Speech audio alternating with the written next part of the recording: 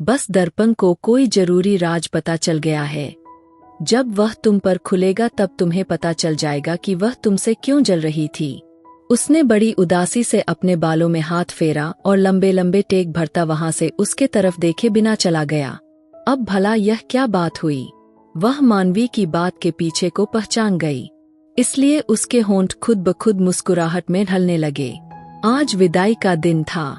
सारे लोग तैयार होकर नीचे हॉल में जमा हो गए, क्योंकि हवेली के बाहर काफी अच्छा कुछ इंतजाम किया गया था। बहुत खूबसूरत सजावट की गई थी। लग ही नहीं रहा था कि हवेली के अंदर यह सजावट की गई है। सजावट देखकर किसी 5 स्टार होटल लगता था। वह डार्क ब्लू कलर के ग्रीन गाउन पहने किसी परी से कम नहीं लग रही थी। बहुत प्यारी लग रही थी। दीदी आप अक्षरा ने उसकी बड़ी तारीफ की तो वह अन्या ने भी कहा तुम बहुत खूबसूरत हो।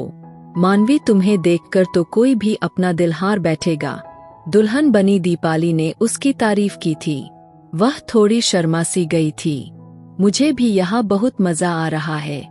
मैं समझी थी कि गांव की शादी इतनी दिलचस्प नहीं होती, लेकिन पिछले 1 हफ्ता से अपनी जिंदगी में जितना मुस्कुराई हूँ शायद ही कभी इतना हंसी होंगी। तुम सबका बहुत बहुत धन्यवाद। तुम सब लोग बहुत अच्छे हो। मेरा तो दिल ही नहीं कर रहा कि यहाँ से जाऊं।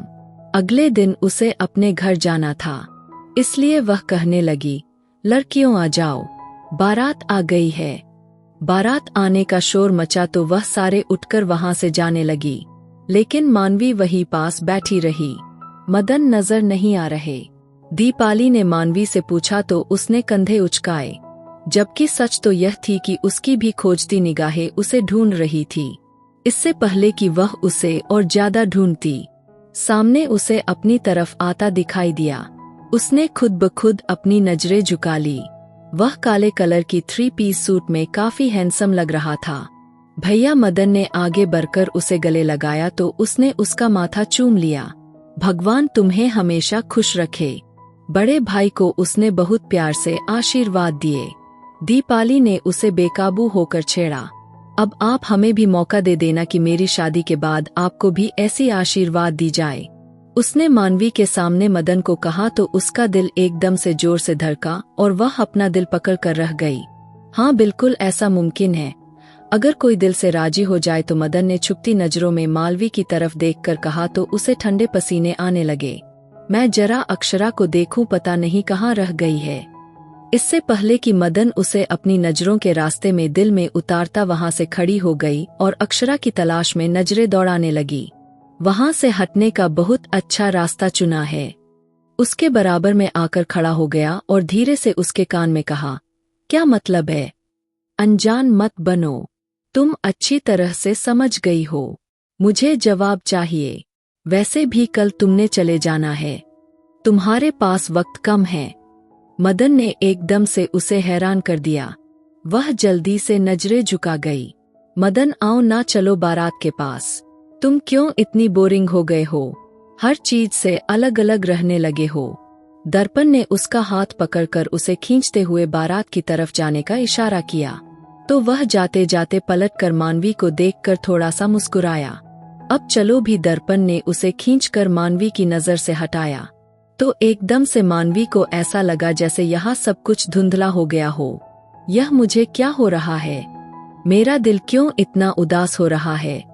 मदन पास होते हैं तो ऐसा लगता है जैसे पूरी दुनिया रंगीन हो गई हो, और वह दूर चले जाते हैं तो ऐसा लगता है कि जैसे हर तरफ अंधेरा छा गया है। यह सब कुछ क्या हो रहा है? क्या यह मोहब्बत तो नहीं?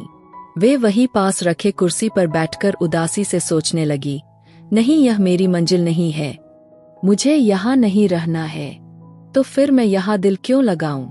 एक झटके से वह खड़ी हुई और उसने अपने दिल को समझा लिया, लेकिन दिल कहाँ मानता है। वह तो जिद्दी है, अड़ जाता है तो फिर संभालना बड़ा मुश्किल हो जाता है।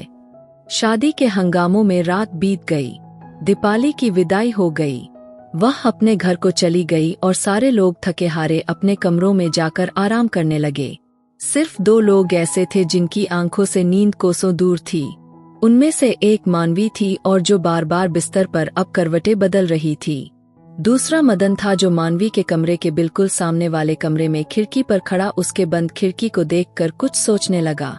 उसे 2 दिन पहले ही अपनी माँ की बात याद आई। जब उसकी माँ ने उसे बुलाकर उसके सामने यह बात कही तो पहले तो वह खूब हैरान हुआ, फिर अब गंभीरता से उनकी बातों के बारे में सोचने लगा था। बेटा, दीपाली तुम्हारी बड़ी बहन है, उसकी शादी है, उसके बाद फिलहाल तुम्हारी शादी करनी है।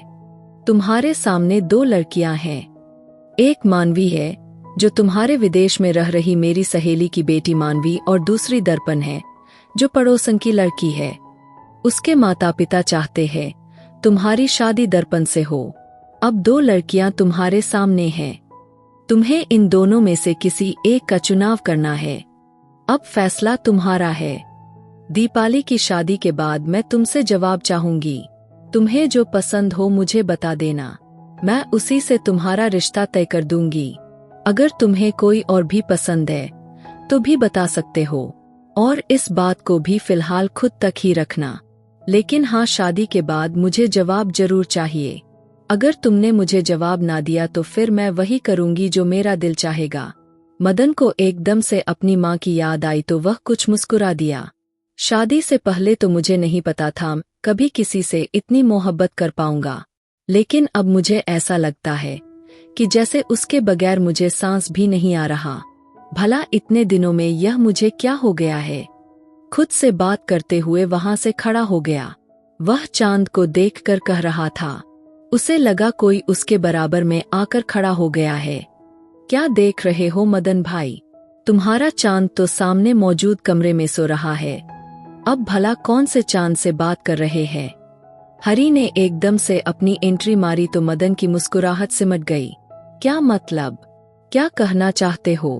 अपने सीने पर बाजू लपेटकर उसे घूरा। आप पहले तो इस तरह गुस्से से मुझे घूरना बंद कर दो। मुझे तो लगा था कि आप दीपाली दीदी के विदाई की याद में देर रात तक जाग रहे हैं। बड़ी बहन जो थी विदाई हो गई तो उसकी याद आ रही है, लेकिन यहाँ तो समस्या कुछ और ही नजर आ रही है।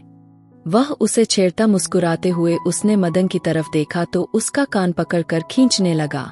खबरदार, किसी को कुछ भी कहा तो वरना मुझसे बुरा कोई नहीं होगा, समझे तुम। ओके मेरा गुस्सैल भाई, लेकिन वैसे क्या हुआ है। हरी ने मासूमियत के रिकॉर्ड तोड़ते हुए उसे देखा तो मदन का माथा टनका था। इस घर में तुमसे ज्यादा बड़ी फिल्म कोई और मौजूद नहीं। देखा, मान लिया ना, फिर मैं एक कॉमेडियन हूं ना। मदन ने एकदम से उसकी नकल उतारी तो वह अपना छोटा सा मुंह लेकर चला गया। फिर उन दोनों के ठहाके एक साथ तेज हुई। अगली सुबह वह जैसे ही नाश्ते की मेज पर पहुंचा तो उसकी नजरें हरी पर पड़ी। क्या हुआ, तुम्हारे चेहरे पर 12 क्यों बज रहे हैं। मदन ने उससे पूछा और फिर सामने की तरफ देखा। उसे मान भी कहीं नजर नहीं आई। वहां अक्षरा और कनक एक साथ बैठी अपनी बातों में बिजी थी।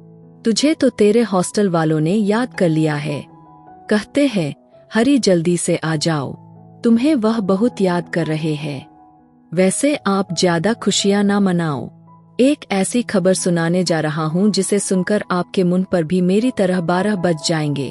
अच्छा, ऐसी भी क्या बात है।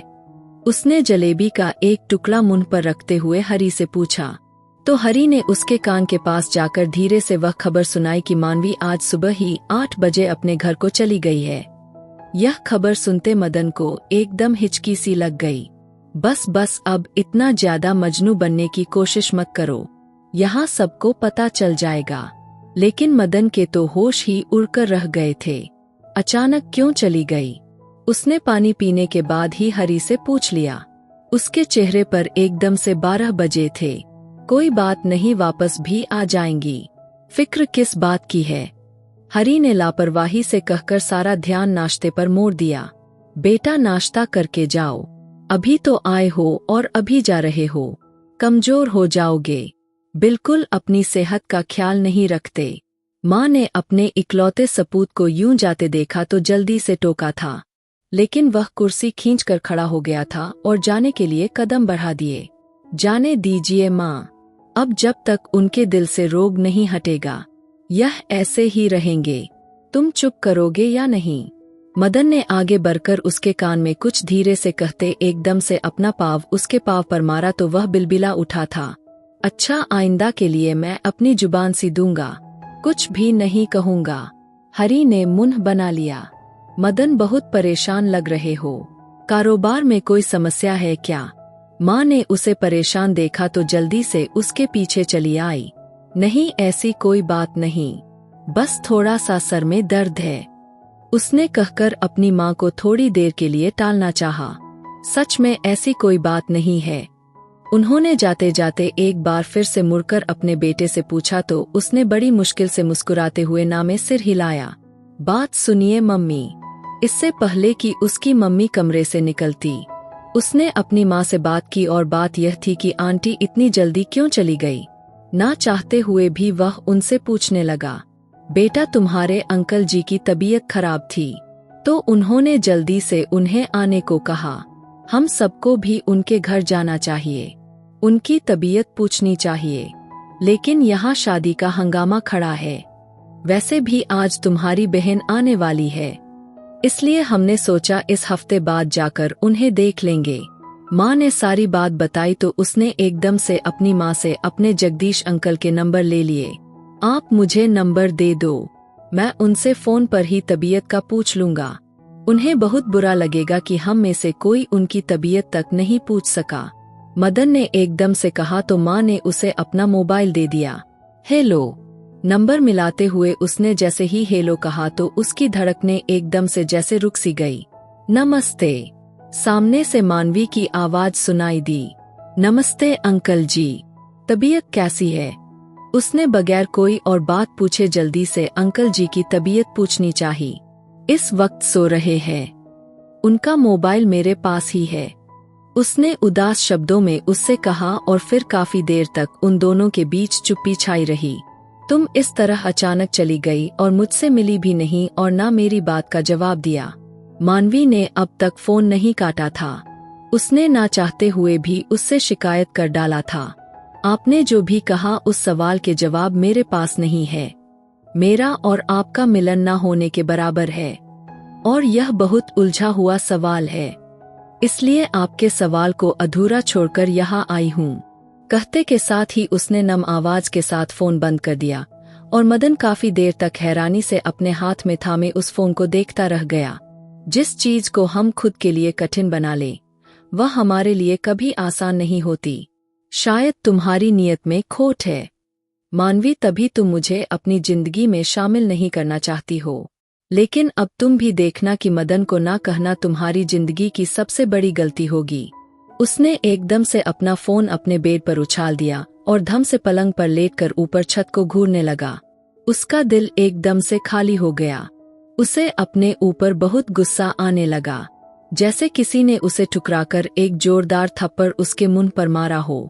इसका अंजाम जरूर भुगतोगी। आज तक किसी ने मदन तिवारी को ना नहीं कहा और तुमने उसे ठुकराकर बहुत बड़ी गलती की है। मैंने आज तक अपने जज्बातों को खोलकर नहीं दिखाई। तुम्हें देखकर पहली नजर में ऐसा लगा जैसे तुम मेरी जिंदगी बन गई हो। तुम्हारे दिल में भी बराबर की आग लगी है, लेकिन न जाने किस वजह से तुम मुझे ठुकरा रही हो। यह मेरी समझ से बाहर है। मगर अब तुम देखना मदन तुमसे इस बात का कैसा बदला लेता है। उसकी आंखों में एक अजीब आग उठी थी। क्या बात है बेटा, इतने दिनों से नोट कर रही हूँ। जब से गांव से वापस आई हो बिल्कुल गुमसुम सी रहने लगी हो, बात तक नहीं करती, वरना तुम बहुत हंसमुख लड़की हुआ करती थी। आखिर हुआ क्या है? सरिता देवी ने जब छत पर अपनी बेटी मानवी को आसमान को तकते हुए देखा तो एकदम से जैसे पूछ बैठी। ऐसा तो कुछ भी नहीं है, मैं बिल्कुल ठीक हूँ। मुझे भला क्या हुआ है? उसने एकदम से अपनी आंखों के कोनों को साफ किया और जल्दी से मुड़कर अपनी माँ की तरफ देखा। बिल्कुल ऐसा ही है, तुम चाहे लाख मना करो, लेकिन मुझे साफ नजर आ रहा है। अच्छा, तो क्या नजर आ रहा है आपको? उसने आगे बढ़कर अपनी माँ के गले में बाहें डाले तो उन्होंने उसे एकदम से खींचकर अपनी नजरों के सामने किया। क्या चाहिए? कब से तुम्हें देख रही हूँ। तुम हमेशा गर्म चाय पीती थी, लेकिन अब तुम्हारी चाय बिल्कुल ठंडी हो जाती है। बिल्कुल बर्फ। लेकिन तुम्हें कोई अंदाजा नहीं। क्या हुआ मुझे नहीं बताओगी? उसकी माँ ने बिल्कुल सही अंदाजा लगाया, लेकिन उसे तो बस यूं ही झुठलाना था। ऐसी कोई बात नहीं, आप बस फालतू ही परेशान हो रही हो। पापा के बारे में परेशान हूँ, दिन अब दिन कमजोर हो रहे हैं। उसने परेशानी से कहा तो सरिता देवी ने उसे हौसला दिया। बेटा, हमारे जाने के बाद तुम्हारे पापा ने अच्छी खासी परहेज की ऐसी तैसी की है। उसी की वजह से उनकी तबीयत बिगड़ गई है। अब वह बिल्कुल ठीक है। इससे पहले कि वह और ज्यादा उनसे कुछ कहती, उसी बीच उनका फोन बजा तो वह उसकी तरफ ध्यान देने लगी थी। साधना, मेरी सहेली, कैसी हो आप? क्या हुआ? आप रो क्यों रही है? सब ठीक है ना? एकदम से सरिता देवी ने कहा तो उसके कान भी खड़े हो गए। गांव के हवेली से फोन था। साधना देवी का नाम सुनते ही अपने कान खड़े करती उसने इशारे से अपनी माँ से पूछा तो उन्होंने उसे चुप रहने का इशारा किया। आप बिल्कुल फिक्र ना करें, हम आ रहे हैं। हम बस कल ही सुबह निकलते हैं। अभी तो रात काफी हो रही है, इस वक्त निकलना थोड़ा मुश्किल है। हम सुबह जल्दी पहुंच जाएंगे। फोन बंद करके मानवी की तरफ देखा तो उसने आईब्रो उचकर उनसे पूछा, बेटा, तुम्हारी नानी आंटी की तबीयत बहुत खराब हो गई है। तुम्हें याद कर रही है, तुम्हारे पिता को भी याद कर रही है। कह रही है गांव में एक बार मिलने आ जाओ। माँ, हम अभी 2 हफ्ते पहले ही तो गांव से आए थे और अब फिर से जाना अच्छा नहीं लगता। उसने एकदम से मना कर दिया और मुंह फेर गई। मदन से एक बार फिर से उसका सामना करने के लिए वह बिल्कुल भी तैयार नहीं थी। फिर 2 हफ्ते की छुट्टी के बाद एक बार फिर से दुश्मन जान को देखना किसी दर्द से कम नहीं था। उसकी बोलती आंखें उसे हमेशा परेशान करती थी। अब 2 हफ्ते की चुप्पी के बाद उसे देखना नहीं चाहती थी। वह बिल्कुल भी जाना नहीं चाहती थी। तुम्हारा दिमाग खराब हो गया है। तुम्हारी नानी आंटी ने तुम्हें इतना मान सम्मान दिया, इतनी मोहब्बत दी। वहाँ के हर आदमी ने हमें इतना प्यार दिया। अब जब उन्हें हमारी जरूरत है तो तुम क्यों कह रही हो नहीं जाना? अभी उनकी शादी के हंगामों को सिर्फ 2 हफ्ते हुए हैं और नानी आंटी की तबीयत खराब होना कोई अच्छी बात नहीं। हमें जल्दी से वहाँ जाना चाहिए। मैं कुछ नहीं सुनूंगी। अब तो तुम वहाँ रहकर आई हो, तुम्हें अंदाजा हो गया है। वह लोग बिल्कुल भी जाहिल लोग नहीं हैं और बहुत प्यार करने वाले लोग हैं। तो फिर तुम्हें समस्या किस बात की हुई है? सरिता देवी का पारा हाई देखते उसने जल्दी से हामी भर ली और कमरे में जाकर अपना बैग तैयार करने लगी। लेकिन उसका दिल खून के आंसू रोने लगा। उसने न जाने क्यों मदन को ठीक से जवाब ना दिया और अब उसका सामना करने का सोचते ही उसे बहुत घबराहट होने लगी थी। नमस्ते नानी आंटी, कैसी है आप? आप प्लीज अपना ध्यान रखिए ना, देखिए कितनी कमजोर हो गई है। दरवाजा खोलकर अंदर दाखिल होते उसकी नजर जैसे ही सामने पड़ी तो वह दुश्मन जान उसे ही देख रहा था। उसने एकदम से नजरें फेर ली और नानी आंटी से गले लगकर कहने लगी। उस बीच उसने बिल्कुल अनजान महसूस करते वहां से उठ खड़ा हुआ, अपने कमरे से बाहर चला गया। यह बात मानवी ने बुरी तरह महसूस की। मैं बिल्कुल ठीक हूँ बेटा, बस साधना देवी ने तुम लोगों को फालतू में परेशान कर दिया। उन्होंने मोहब्बत से उसका माथा चूमा, उसे आराम करने की सलाह दी तो वह अपने कमरे में चली आई जो हवेली में उन लोगों के लिए एक खास जगह थी। शाम को वह सोकर उठी थी। उसे पता चला कि हवेली में बिल्कुल सन्नाटा छाया हुआ है। नौकर से पूछा तो पता चला सारे हवेली वाले खेतों की तरफ घूमने गए हैं और दोपहर हो गया। किसी ने मुझसे पूछा ही नहीं। उसने दिल ही दिल में सोचा, अच्छा खेतों में कौन कौन गया है और मुझे किसी ने नहीं जगाया। आप सो रही थी, मदद साहब ने मना कर दिया। कहने लगे हम लोग काफी है। उन्हें वैसे भी खेतों में जाने का बिल्कुल भी शौक नहीं, इसलिए सारे घर वाले चले गए और हाँ, उनके साथ दर्पण भी गई है। वैसे वह नहीं जाती लेकिन मदन साहब बेहद कहने पर वह भी चली गई। नौकरानी की जुबान से यह सुनते ही उसकी आंखें पानियों से भरने लगी। तो यह थी आपकी मोहब्बत, बस कुछ कदम की साथ थी और बस फिर किसी और की तलाश में रोते हुए भागकर अपने कमरे में आई थी कि उसे हवेली के बाहर से बातों की आवाज सुनाई दी। अरे मानवी बेटा, तुम भी चलती ना, हमें तो बहुत मजा आया। नानी आंटी ने उसे अपने पास बुलाकर कहा तो उसका दिल चाहा कि वह उनसे लिपट कर रोने लगे। बस ऐसे ही नानी आंटी दिल नहीं किया। उसने सर झुकाकर अपनी उंगलियां चटकानी शुरू कर दी। दर्पण, अब तुम्हारे पैरों का दर्द कैसा है? मदन की मोहब्बत भरी आवाज पर उसने सर उठाकर देखा तो उसके तन बदन में आग जल उठी थी।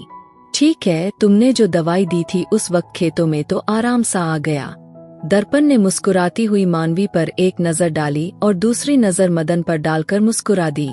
वैसे आंटी आप आई है तो एक और काम निपटाती जाना, बल्कि आपको आना ही है। मदन ने दिलचस्पी से मालवी को अपनी नजरों के घेरे में लेते हुए अपनी कमर सोफे पर टिकाते कहा और एक अदा से बालों में हाथ फेरता बोला, क्या मतलब बेटा, कौन सा काम निपटाना बाकी रह गया? सरिता देवी ने बड़ी दिलचस्पी से उससे पूछा। अरे आंटी, बहुत बड़ा सरप्राइज है। दीपाली के देवर की शादी है और हम सभी उस शादी में इनवाइटेड है। कल शाम को आपको भी दावत दे रहे हैं। और कनखियों से मानवी की तरफ देखा, जिसके चेहरे का रंग एकदम से उड़ गया था। मदन की मंगनी है, उसके मुंह से इतना ही निकल पाया था। जी बिल्कुल, कल शाम को वह मेरे नाम लिख दी जाएगी। तुम तो रुकोगी नहीं, तुम आज चली जाओगी। मदन ने उसकी आंखों में झांकते हुए उसे कहा तो उसका मुंह देखने लगी। अरे बेटा, उसे क्या पूछते हो? यह तो मेरी सहेली की लड़की है, वह जरूर आएगी। क्यों नहीं आएगी? मेरे साथ ही आएगी। घर तो हम 3-4 दिन के बाद जाएंगे। तुम्हारी मंगनी बहुत जरूरी है, इससे बढ़कर और ज्यादा कोई खुशी नहीं। तुम्हारे जगदीश अंकल भी आ रहे हैं तुम्हारी मंगनी में। सरिता देवी ने उसे कहा तो वह मुस्कुरा दिया। मानवी भी उसे देखकर रह गई। उसका दिल जोर जोर से धड़कने लगा, आंखें आंसुओं से भरने लगी, लेकिन वह किसी के सामने खुद को कमजोर साबित नहीं करना चाहती थी। इसलिए एक झटके से खड़ी हुई, दौड़कर कमरे की तरफ गई, दरवाजा बंद किया, एकदम से पलंग पर बैठकर जोर जोर से रोने लगी। मैं समझी थी तुम्हारी मोहब्बत हर कदम पर मेरे साथ रहेगी, लेकिन तुमने मुझसे इतना बड़ा धोखा किया। मुझसे दिल लगाया और जिंदगी में किसी और को शामिल करने जा रहे हो। मदन, मैं तुम्हें कभी इस बात के लिए माफ नहीं करूंगी। काफी देर तक रोने के बाद भी उसका दिल हल्का नहीं हो रहा था। उसने खुद से बातें की। मानवी बेटा, दरवाजा खोलो, मैं तुम्हारी आंटी हूँ। उसने एकदम से आईने में अपनी आंखें देखी जो बहुत ज्यादा सूजी हुई दिखाई दे रही थी। क्या हुआ बेटा, तुम्हारी आंखों को क्या हो गया है? उन्होंने उसका चेहरा अपनी तरफ किया तो उसने हंसते हुए बहाना बनाया। आंटी, ना जाने अचानक से एलर्जी हो गई है मुझे, अक्सर यह हो जाती है, आंखें सूआ जाती है। उसने मुस्कुराकर कहा तो आंटी ने सुकून का सांस लिया। बेटा, यह मैं तुम्हारे लिए कपड़े लेकर आई हूँ। यह तुम्हारी साधना आंटी ने सबको बनाकर दिए हैं। उनके इकलौते बेटे की मंगनी है, इसलिए उन्होंने कहा था कि सबको यह कपड़ा तुम दे देना। कल सब एक जैसे कपड़े पहनेंगे। आगे बढ़कर उसे वह कपड़ा थमाती कमरे से निकल गई। उसने एकदम से वह कपड़ा उठाकर पलंग पर फेंक दिया।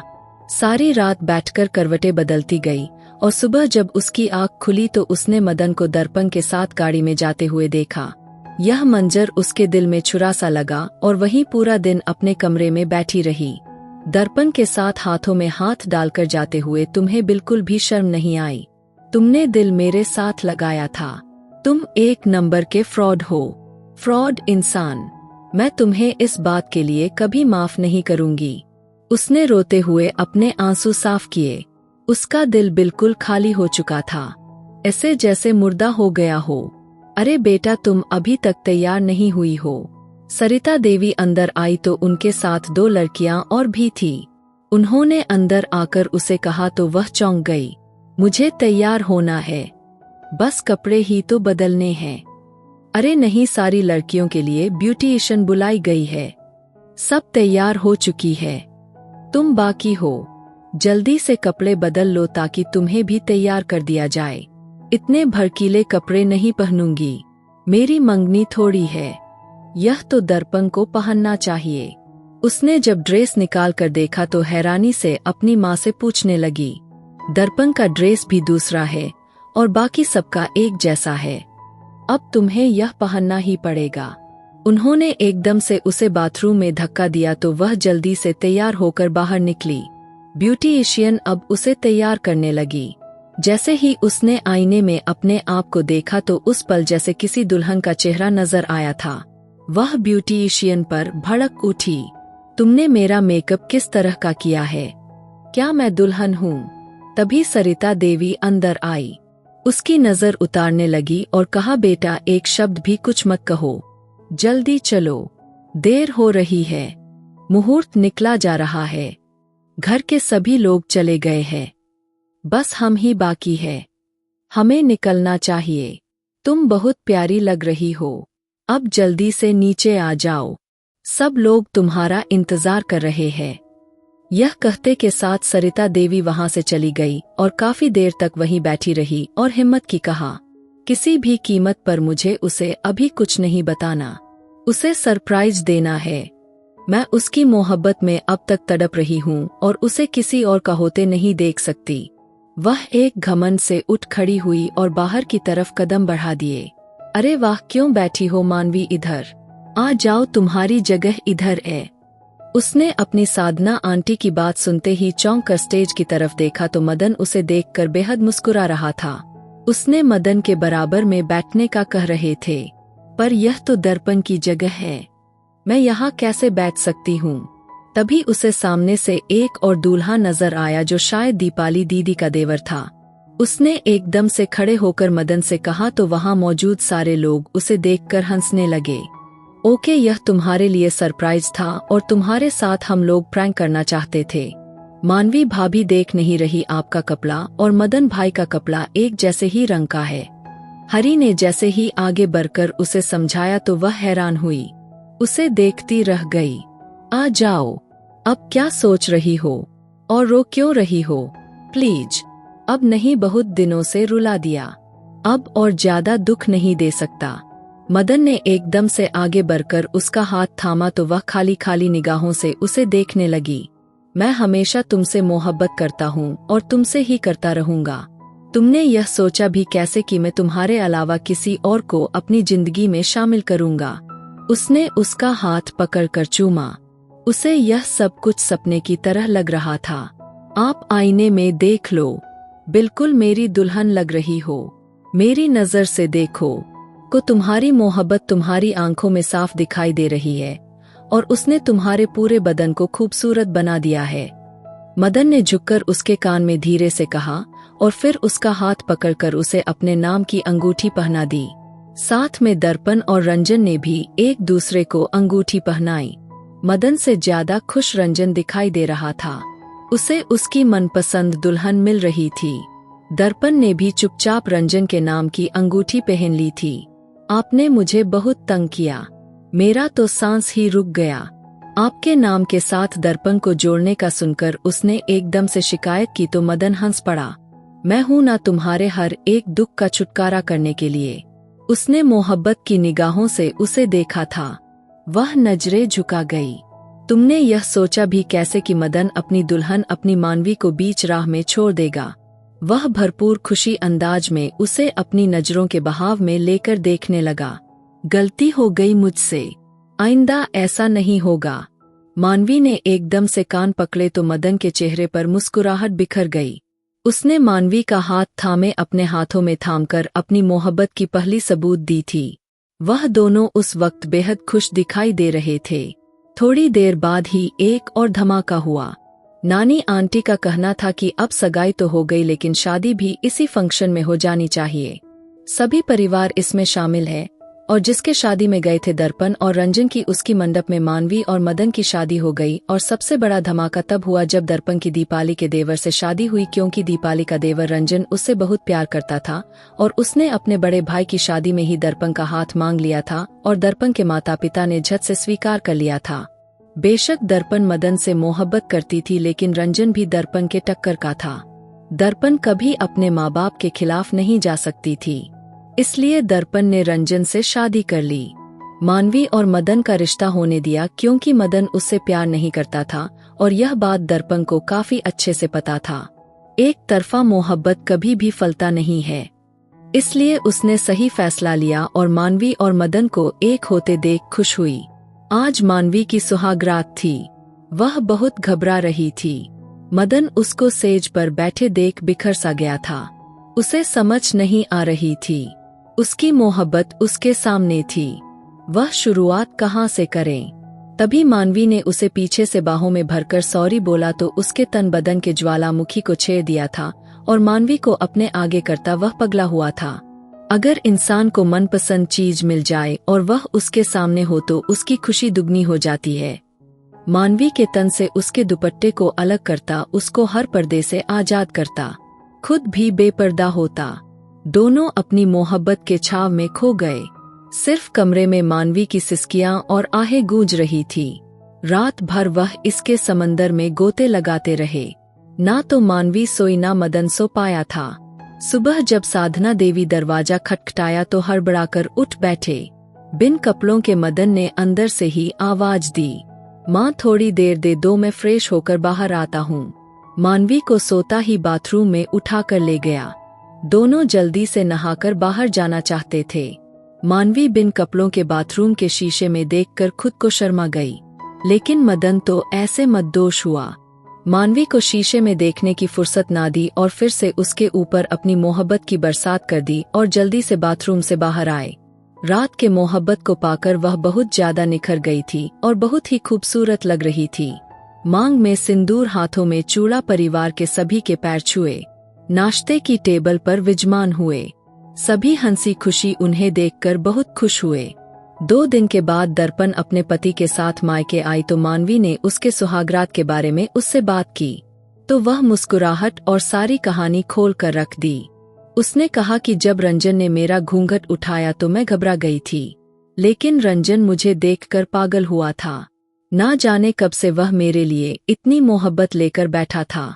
मुझे हंसने और सांस लेने की फुर्सत ना दी और सारी रात इसके समंदर में गोते लगाते रहे। उसने मेरा घूंघट उठाते ही मेरे तन से सारे कपड़े एक एक करके अलग करता गया।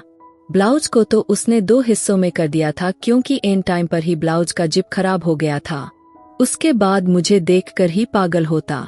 उसने आधी रात तक तो बस मुझे चूमता ही रहा। उसका इस तरह का पागलपन देखकर तो मैं खुद पागल सी हो गई। कब मैं उसका साथ देने लगी मुझे खुद पता नहीं चला। बस यूं ही सुबह हो गई। दर्पण, तुम तो मुझसे भी ज्यादा छुपी रुस्तम निकली। प्यार का नाटक किसी और से करती रही और सुहागरात किसी और के साथ। मानवी ने उसे एक आंख दबाकर कहा तो वह भी हंसती। शायद मानवी, मेरा प्यार रंजन ही था। एक तरफा प्यार कभी प्यार नहीं होता, इसलिए मैं पीछे हट गई थी और जो मुझे मिला शायद मदन से भी ज्यादा अच्छा है। दर्पण भी अपना एक आंख दबाती यह सब कह गई। यह थी मानवी और मदन की प्रेम कहानी और दर्पण और रंजन की शादीशुदा जिंदगी की कहानी। और मेरी वीडियो आप लोग जहां कहीं से भी देखते हैं, कमेंट में अपने शहर और राज्य का नाम जरूर बताइए। मुझे आप लोगों के कमेंट पढ़ने में बहुत आनंद आता है और उन सभी का मैं बहुत बहुत धन्यवाद करना चाहती हूँ जो लोग मेरी वीडियो को देखते हैं, लाइक करते हैं और शेयर करते हैं। अगर आपको आज की कहानी पसंद आई है तो वीडियो को जरूर लाइक कीजिएगा और अपने दोस्तों के साथ शेयर भी कीजिएगा। और हाँ, अगर आपने अभी तक हमारे चैनल को सब्सक्राइब नहीं किया है तो जरूर सब्सक्राइब कर लीजिए। मिलते हैं हम अपनी कल की एक और नई दिलचस्प कहानी के साथ। मुझ पर सदा अपना प्यार और स्नेह बनाए रखें। सभी को मेरा प्यार भरा नमस्कार दोस्तों। खुश रहें, स्वस्थ रहें, मस्त रहें।